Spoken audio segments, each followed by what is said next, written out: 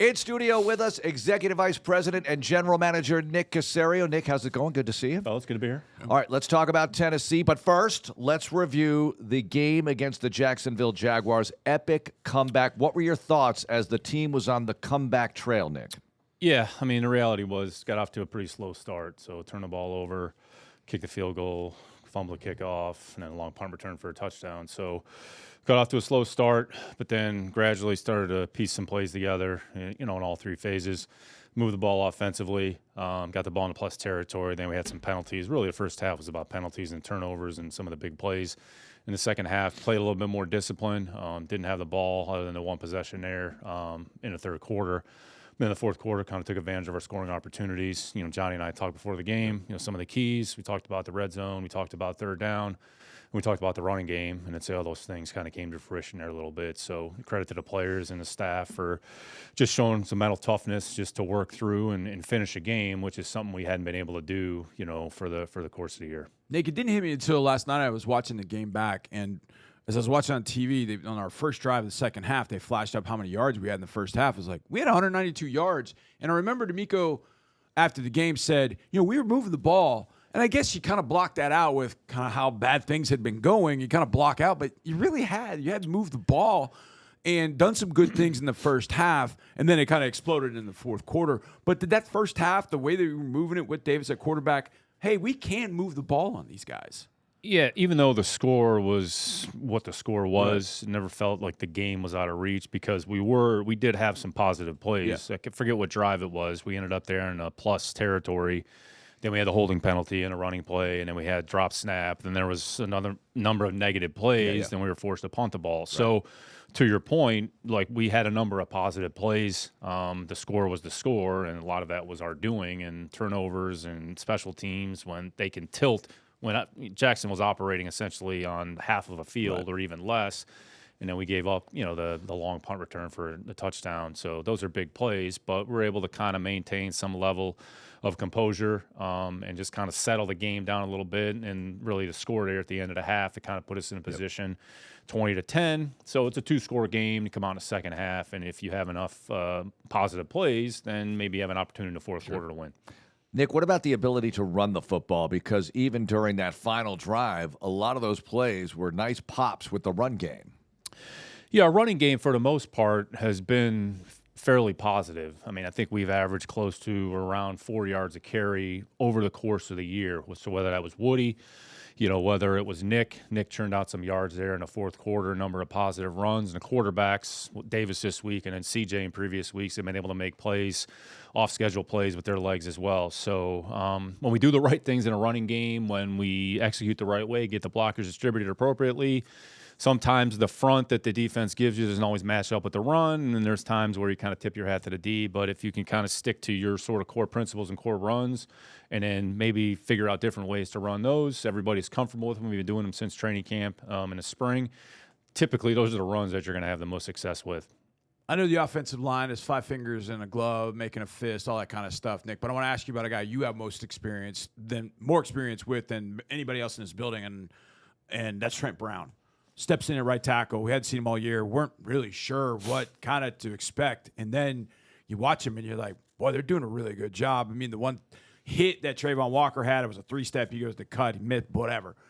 Other than that, I'm watching some of the run blocking, and he's just engulfing guys. What can you tell us about Trent just in your history with him? And then what'd you think about the way that he came back and played his first time in well over a year? Yeah, Trent has a lot of experience. He started a number of games at tackles. When I was in New England, we traded for him. He had never played left tackle before. He was a right tackle primarily at San Francisco.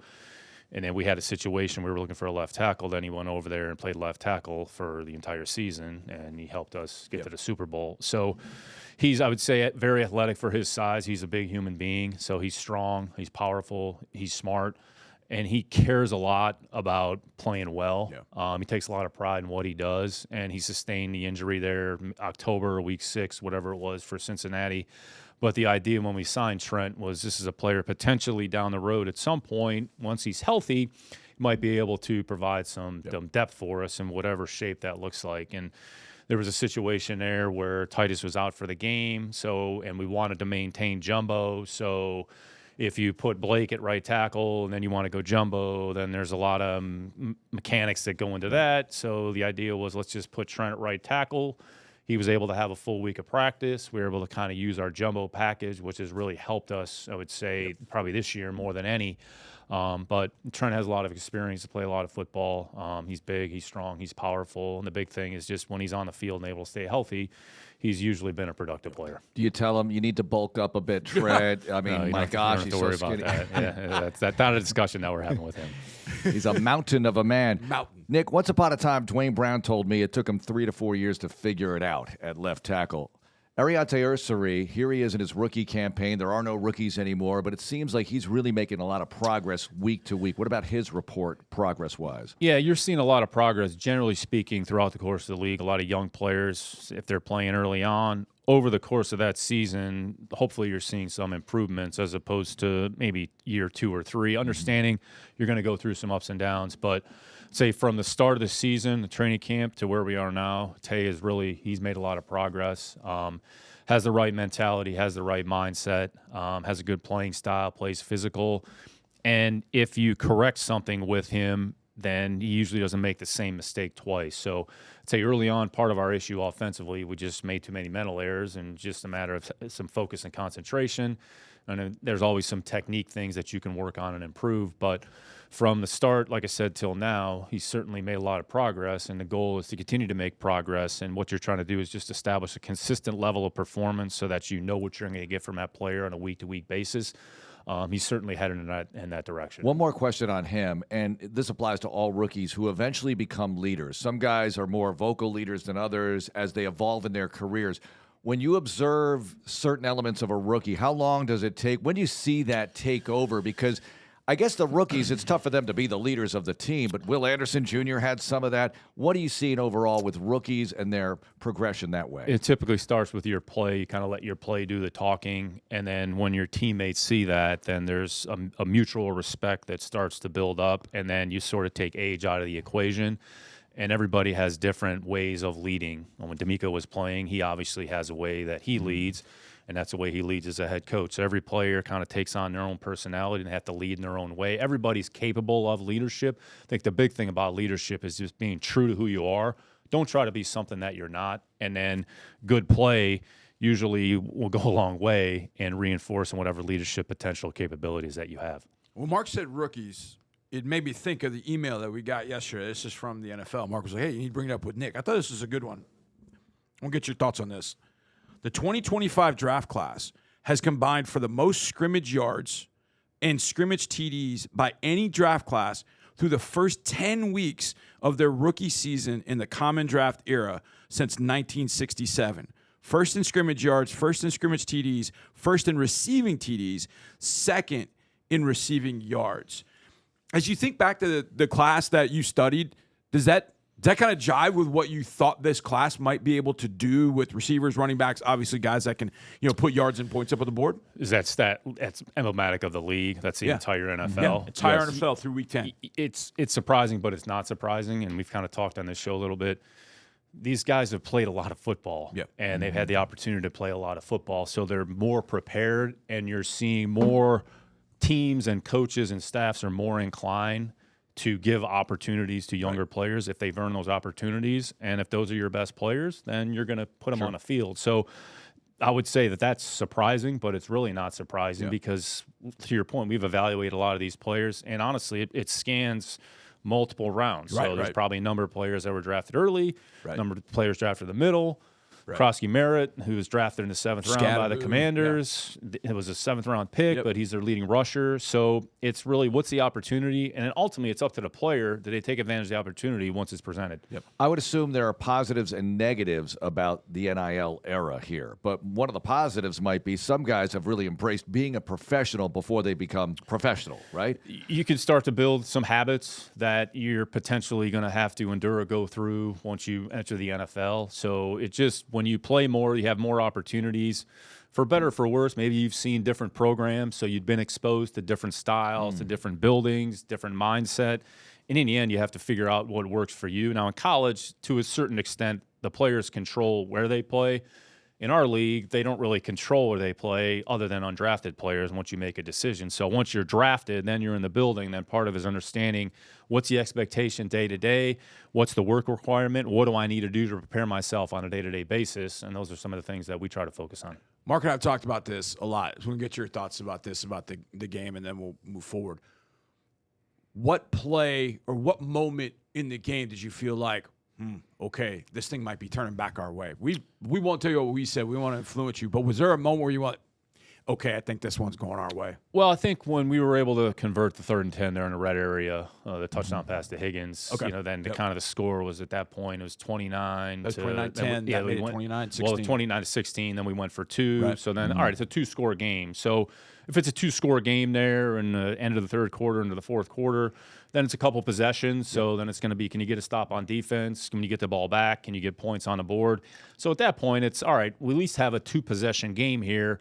We just got to make a few plays, on each side of the ball to give ourselves a position, hopefully, give ourselves an opportunity at the end of the game. Yeah. We're trying to evaluate what's the biggest play, right? Is it the throw to Schultz from the 7-yard line on 3rd and 10? Obviously, the 14-yard scramble for a touchdown is huge because it gives you the lead. But there were so many big plays through the course of that comeback. Yeah, and it's like we've talked about on this show, you never know where that play is going to come from and how the game is going to go. Inevitably, a game's usually going to come down to a handful of plays, 5 or 6 plays. Either you make them or the other team makes them, and at the end, you're going to look and go, all right, that was probably affected the outcome. Yeah, absolutely. Okay, so this was in the review.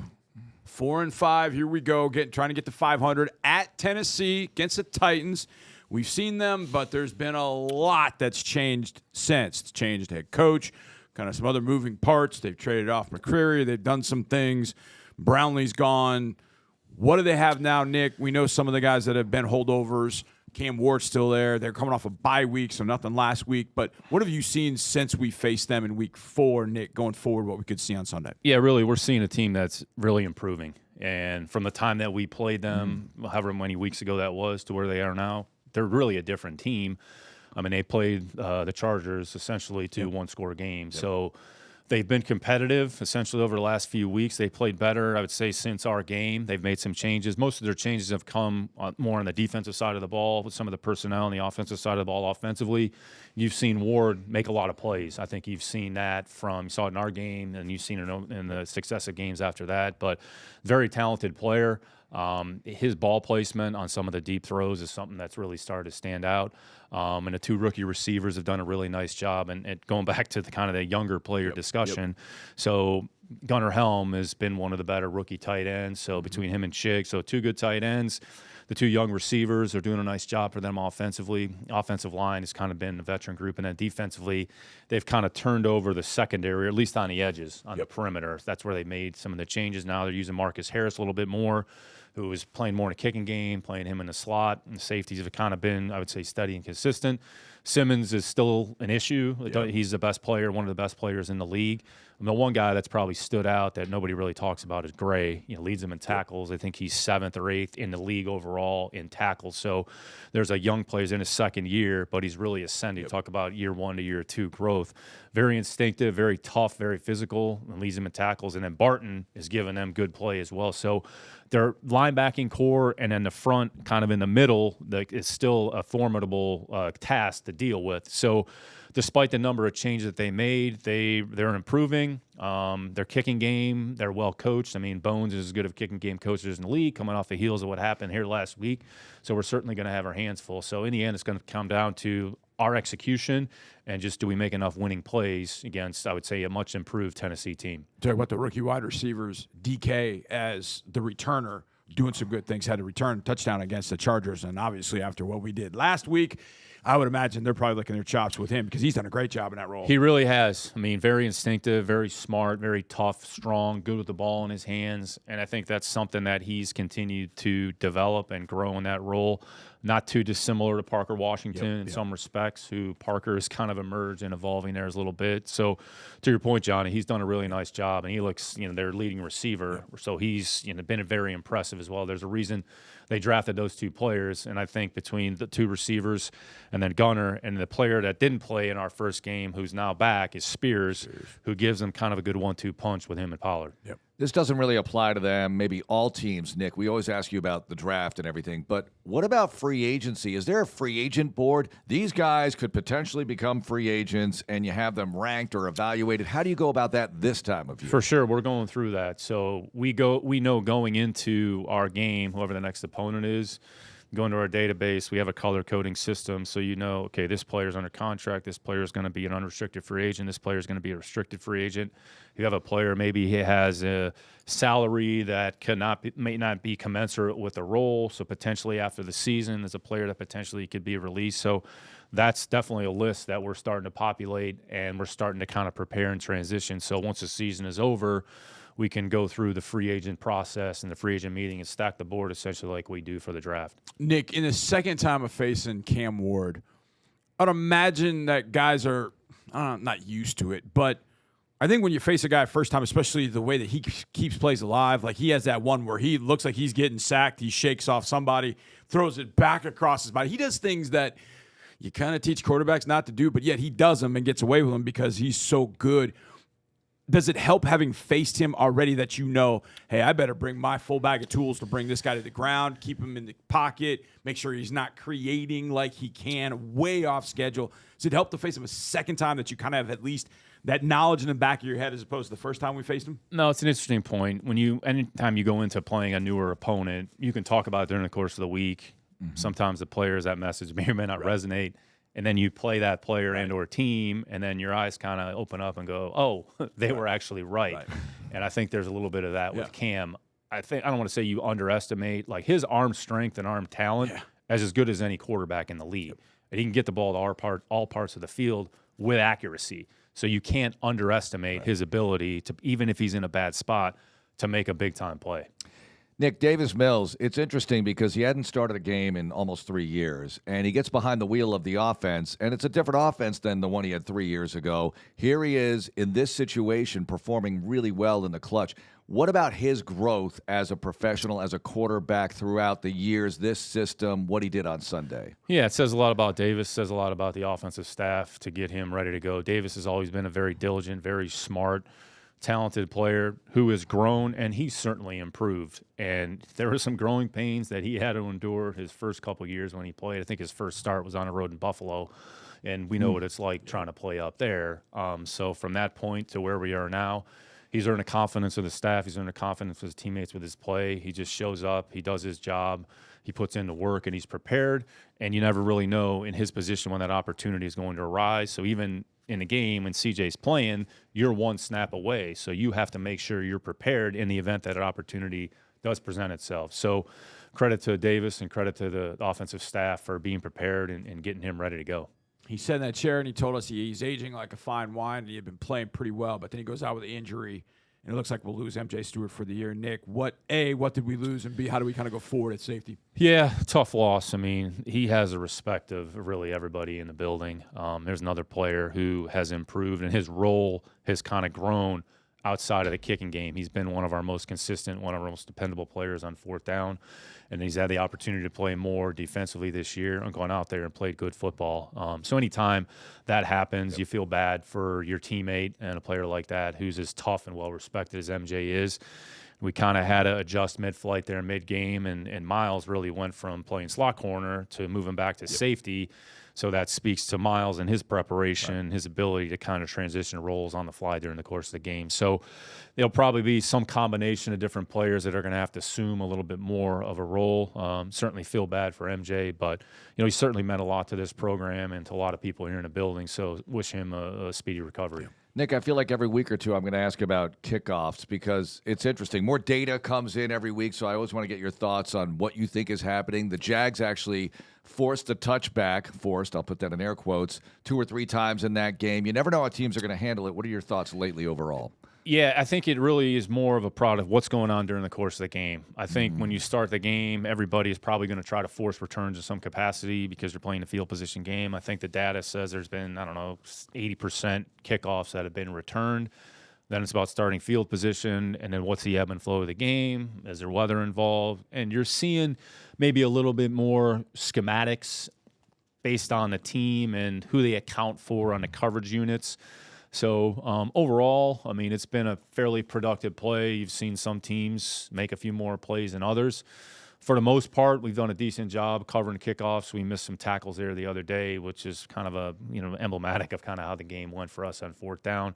But overall, it'll continue to grow and evolve. And after the season, if there's any adjustments and modifications that the league or the teams have to make, then we'll be prepared accordingly. More impressive one-handed catch, Nico's two-pointer or Stingley's interception? It's funny. We had this conversation in the team meeting yesterday, and even Really? even Nico said Stingley. So I would say it was probably a little bit of a cleaner catch. I mean, Nico's different kind of catch because he hit his hand, but then he had to corral it, then he had to get his feet down inbounds. So, I mean, they were both pretty impressive plays by two pretty good players. Is that Stingley's best pick as far as the degree of difficulty? Never mind the context of the game. D'Amico thought the Miami one because it ended the game. Yeah, I would agree with D'Amico on that one. Just for the timing of the game, the impact of the game, and the play that he actually, I mean, he essentially took the ball away from Tyreek. Yeah. This one, he had a layout. He was in phase. He was in a good spot. And he just reached out, and I think a lot of players have talked. His ball skills, his hands are receiver-like. Not that he's a receiver, but his ability just to absorb the football. He takes a lot of pride in that, no question about it. Yeah, he was upset after the game when I said, man, that was incredible interception. Yeah, but I dropped the other one. On the touchdown drive, he had his hands on it. Diamond made a nice kind of defensive back play, which you have to do at point. But yeah, he was kind of upset about that. I've got one more for you. We're going to Music City, Nick, and this brings up the thought of music in general because Nashville is about all music, really. So karaoke, hypothetical situation. We're going to put you on stage with a microphone, and you have to use your go-to karaoke song, Nick. What would it be? I don't think I've done karaoke once in my life, but there's always a first time. It probably would be something country related. I'd say Luke Bryan,